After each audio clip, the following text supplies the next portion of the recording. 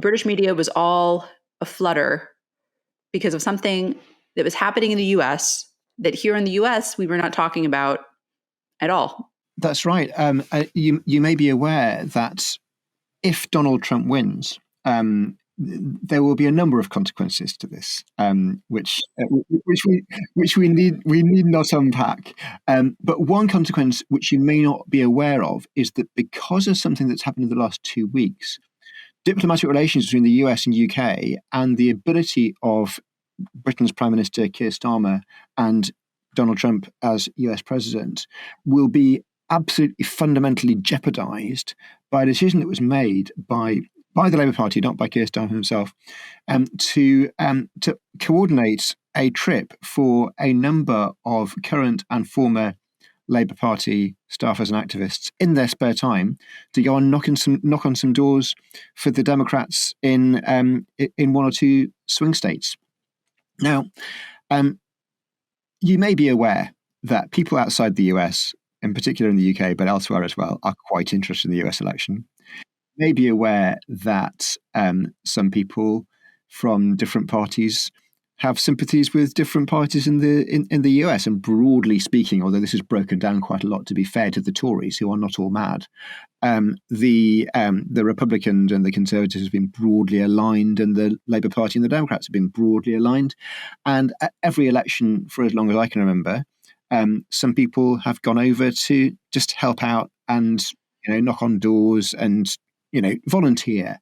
And let's not overstate this. This is basically people going along because they're interested in politics. They quite like campaigning. They might learn a few things, but fundamentally it's a bit of a holiday, and they're spending their own money to just see how a different country's campaign works. They could conceivably persuade one or two voters to get out and vote, but this is not an election swinging thing.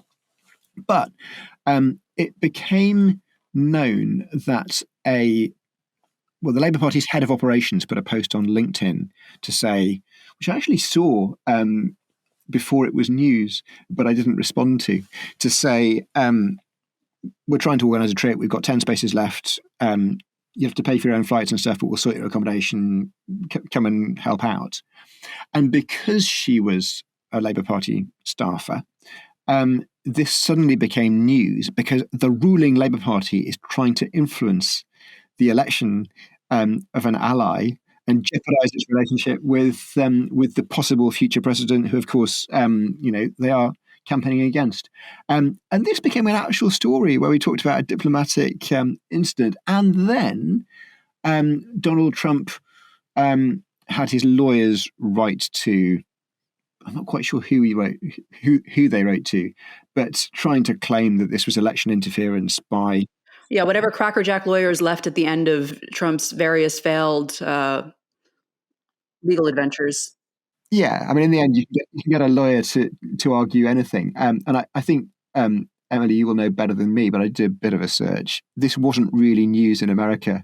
The perfectly good reason that it's not news, and there's plenty of other stuff going on. It was front page news in the UK. It was a massive story. This is the second time I've had to say this. Britain, you need to get a grip, okay? You need to, please, I'm asking you.